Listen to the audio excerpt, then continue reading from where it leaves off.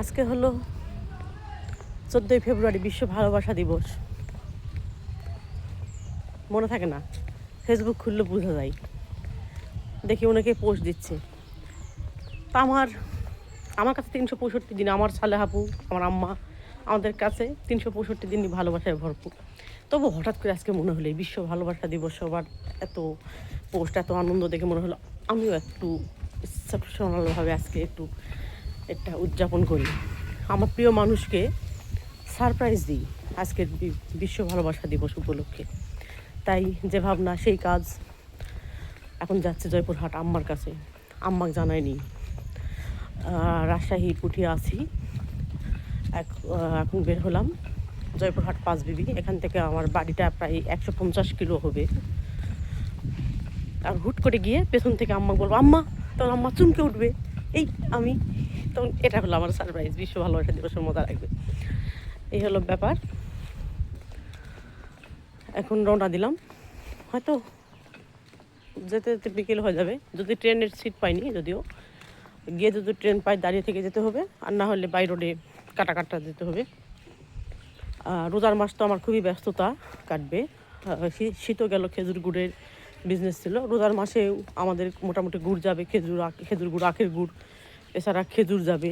তো সময় পাবো না, এই জন্য ভাবলাম যে রোজা শুরু হওয়ার আগে মার প্রয়োজনীয় বাজার টাজার করে দিয়ে মার সঙ্গে দেখা করে আসি। সেই সাথে সারপ্রাইজও দেওয়া হলো, আগে থেকে খবর দেয়নি।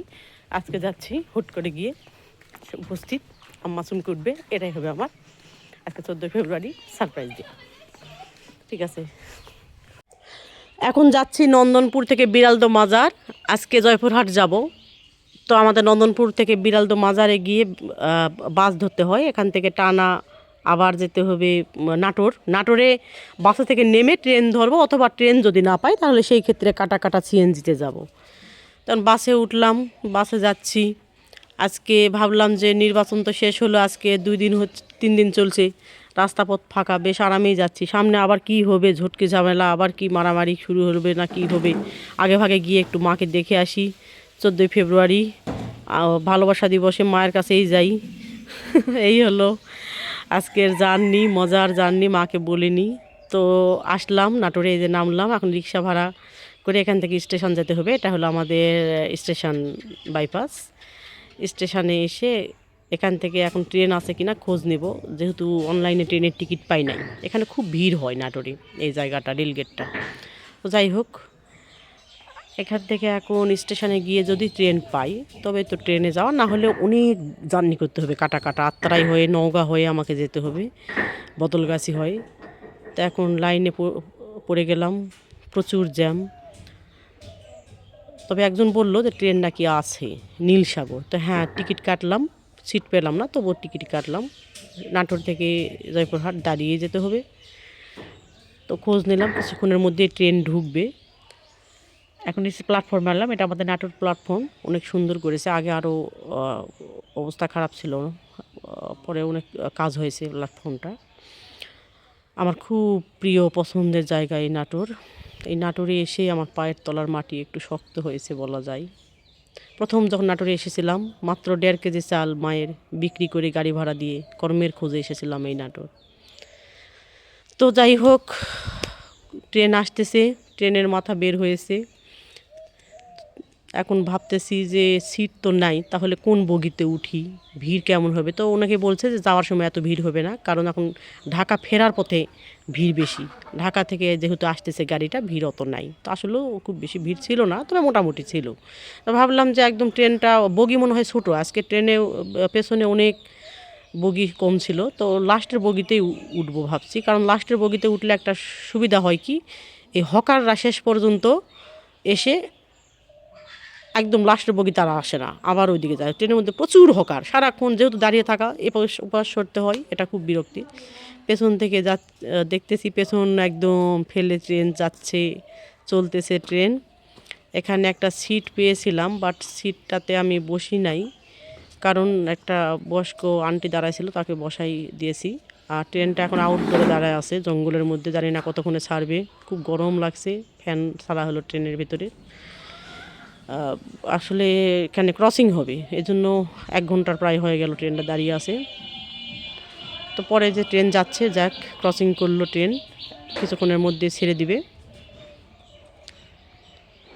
হ্যাঁ, জয়পুরহাট নেমে গেলাম, ব্যাস শর্টকাট ভিডিও করতেছি।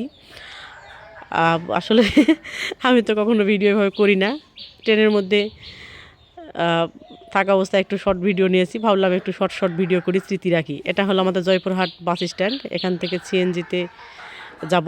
আগে রিক্সা নিয়ে এখান থেকে যাচ্ছি, হালকা পাতলা খেয়ে নিলাম দুপুরে, খেয়ে এখন রিক্সা নিয়ে যাচ্ছি bus stand, Bogura bus stand. ওখান থেকে সিএনজি নিয়ে আমাদের শিরোট্টি যাব। এই যে সিএনজিতে উঠলাম, এখন চলতেছে সিএনজি বাড়ির পথে। এটা হলো আমাদের মাঠ ঘাট সব আলু চাষ করা, অনেক আলু তুলতেছে এখন, প্রচুর এদিকে আলুর চাষ হয়। আমাদের এদিকে আলুর জন্য বিখ্যাত, আলু, ধান, কলা, তরমুজও চাষ হয় বেশ ভালো। এটা আমাদের শিরোট্টি মাধাইনগর দিয়ে আমি শিরোট্টি যাচ্ছি। এটা আমাদের ভাড়াহুট, এই জায়গাতে প্রচুর তরমুজ হয় চাষ।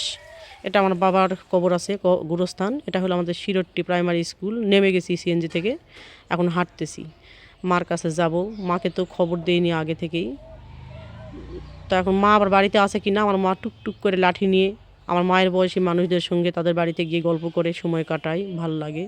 তো এখানে আসতে এই যে আন্টির হাত দেখা হলো, বিমলা আন্টি। উনি বললো যে আমার মা বাড়িতে নাই, এদিকে হালিমা বুবুর বাড়ি গেছে গল্প করতে। তো এখন হালিমা বুবুর বাড়ি যাচ্ছি মাকে খুঁজতে, দেখি মা কী করতেছে। সেখানে গিয়ে চুমকে দিয়ে এই যে হালিমা বুবুর বাড়ি আসলাম। হালিমা বুবুর সাথে মায়ের আবার খুব মিল, দুজনা ভালোবাসে। যে হালিমা বুবু মাকে খেতে দিয়েছে, মা চুমকে উঠেছে আমাকে দেখে। দুইজন বসে খাচ্ছে, একই বয়সের মানুষ, গল্প করতে খুব পছন্দ করে। আম্মা আমাকে দেখে চুমকে উঠছে, আমি বলছি যে আম্মা, আর আম্মা চুমকে উঠছে। আমার মা সব দিক থেকেই সুখী মানুষ, ভালো মানুষ, শুধু একটাই দুঃখ, সেটা হলো আমার মার মাজাটা পড়ে গেছে।